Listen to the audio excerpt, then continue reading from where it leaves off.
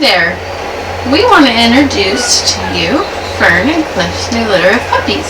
So Fern had this litter of 9 puppies on March 18th. They were almost St. Patrick's Day puppies, missed it by just a day.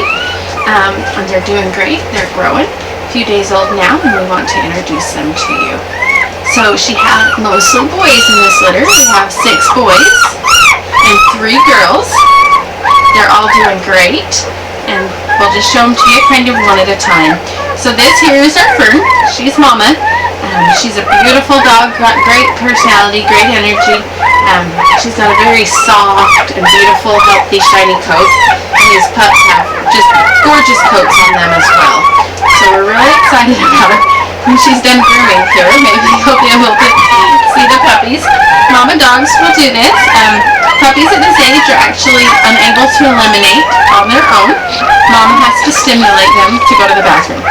So that's what she's doing right now. She's getting her pups all taken care of. Maybe we can start with some of these that are over here that I can reach a little better. Let's see here. We'll pull this one out. This one here is our red puppy. Red is a boy. I will show him to you. He has maybe just a hair lighter of a coat than some of the other pups. He's not quite as dark.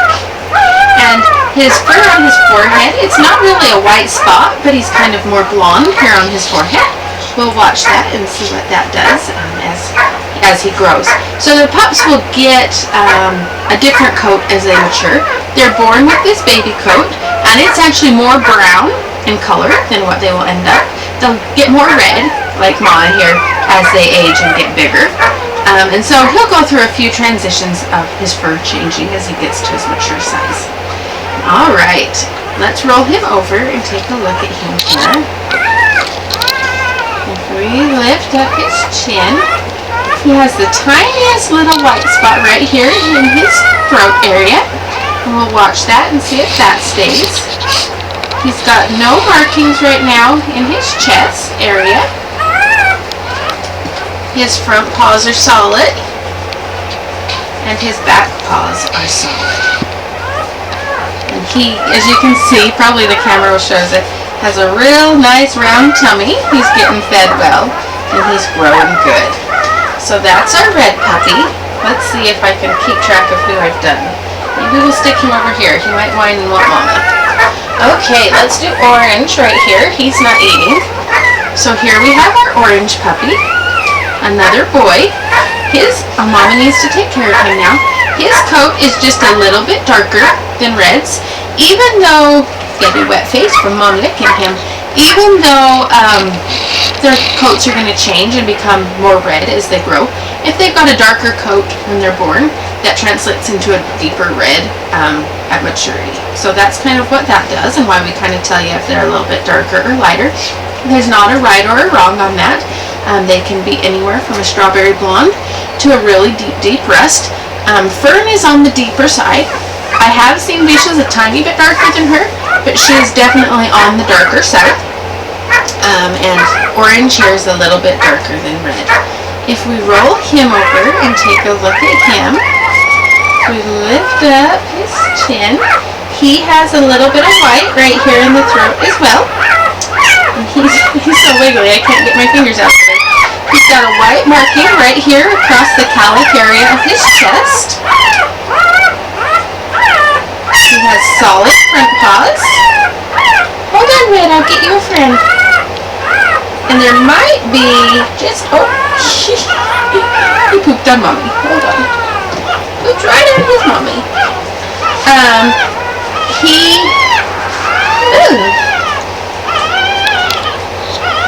has maybe just a tiny bit of white. Now it's all over me too. Right here on his back toes, just right around the toenail area. It's not the whole toe, just right there around the toenail area. Sometimes that stays, and sometimes that goes. So there is our little orange. Alright, put him over here by red.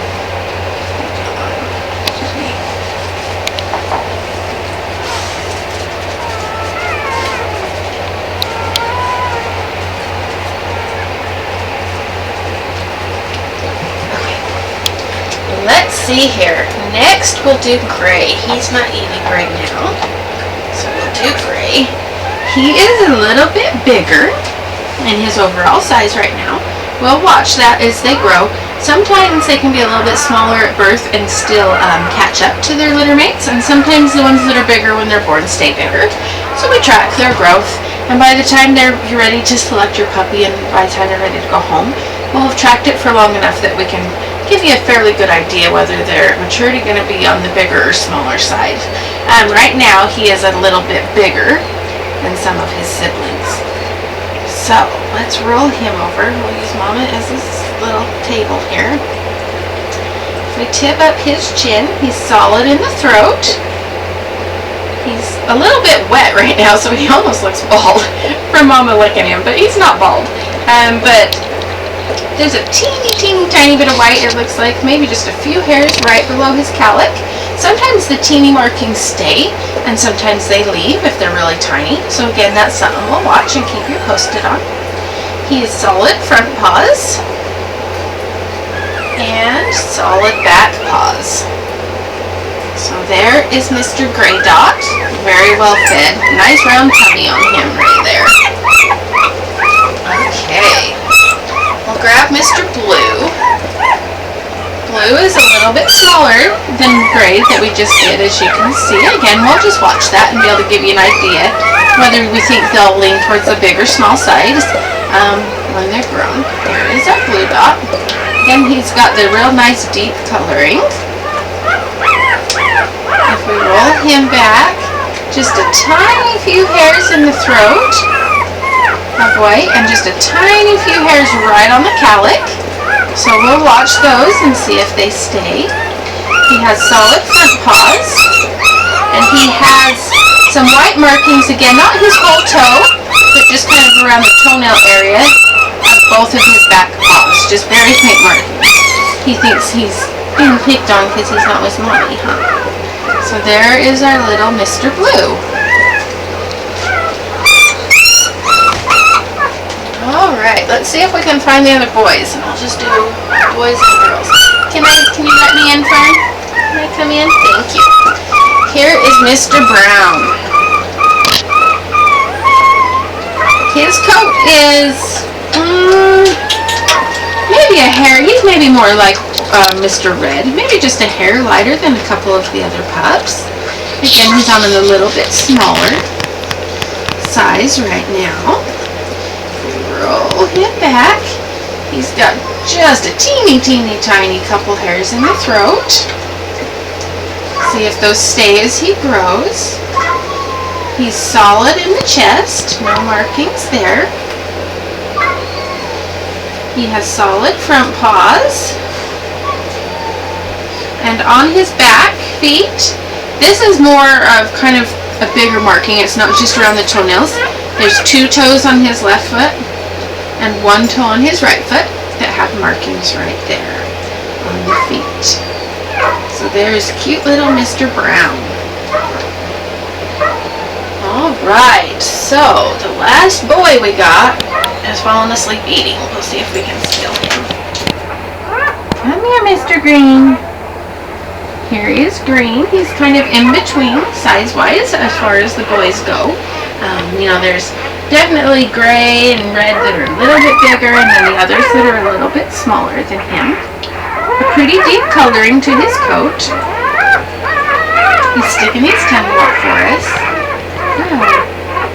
He has a pretty good size marking right here in his throat, so I'm guessing that one will stay.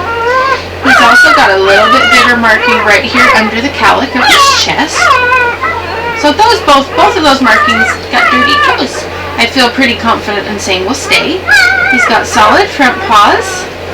And on the back paws, he's got a little bit of marking that's coming up to about right here in the toe area on both of those back paws. So there is our Mr. Green. Alright. We will start on the girls. We'll start here with Pink. Pink is on the smaller size. Mama thinks she has to take care of her. I don't know if the camera's picking it up, but they've all got beautiful, shiny Okay, Fernie. Okay, there you go. Beautiful shiny coats on them. And while Fern's cleaning her, I'll talk to you about a couple of things. Pups are born with a dew claw on their front paws. It's basically almost like a thumb. That will be removed right here in the next couple of days. It's done really, really early when they're young and their nervous system isn't fully developed. They can't see or hear. Their nervous system's not fully developed, so this is a good time to do any of those kinds of removal things while their nerves aren't sensitive and feeling it as much. The other thing that will be done on these pups is that their tails will be docked. One-third will be taken off and 2/3 will be left. The reason both of those things are standard for this breed is being very active and hunting dogs. They can be prone to injury. So their tails get very thin at the end. They have a much thinner tail than, say, a lab. And so they can actually break their tails if they get wagging them too much or running through and whack them on a branch of it or a trunk of a tree or something like that. They can actually break their tails. So it's the really thin end is taken off for their safety. And then the dew claws are the same thing. As they're running through brush and forest and whatever like that, a dog can actually catch that dew claw and rip it off. And so it's much less traumatic for them to just cleanly take it off while they're little tiny and their nervous systems aren't developed. So again, these pups have not had that done yet. That will be happening real soon. The other thing I'll show you on Pink here while I've got her is right here is a little bit of a scab. More so on some. Hers has already come off. More so on some than others. If you notice that on their tummies, that's just where their umbilical cord was keeping them fed during pregnancy. So basically that's their belly button. They don't get an innie or an outie like people do. Eventually that will just mostly be smooth and it just looks on an adult dog like a little scar. So that's what that is. That's just simply where their umbilical cord attached. Alright, so here is Pink and we will show you her markings. Alright, if we tip her head back, she's solid in the throat. There's nothing there. She does have a marking right here, just barely left of center on her chest. She is solid front paws. Can I get your back feet? They're so tiny I can't hold on to them. Solid on her back right. And I think the back left's going to be solid. We'll watch that. It looks like it's solid probably to me at this point. So we will watch that. Some of those markings are a little easier to tell as you watch their coats and how they change. So again, there's Miss Pink. Right now she's on the smaller end in size, and we will see if she stays that way. We'll stick her over here with her brothers so she doesn't feel lonely. Get Brown over there. He's wandered off and he's crying because he's all alone. Alright. Sneak out these girls that are asleep. So here is our purple puppy. She, overall coat color, I would say is a hair lighter, again, than some of the other puppies. Again, not a right or a wrong.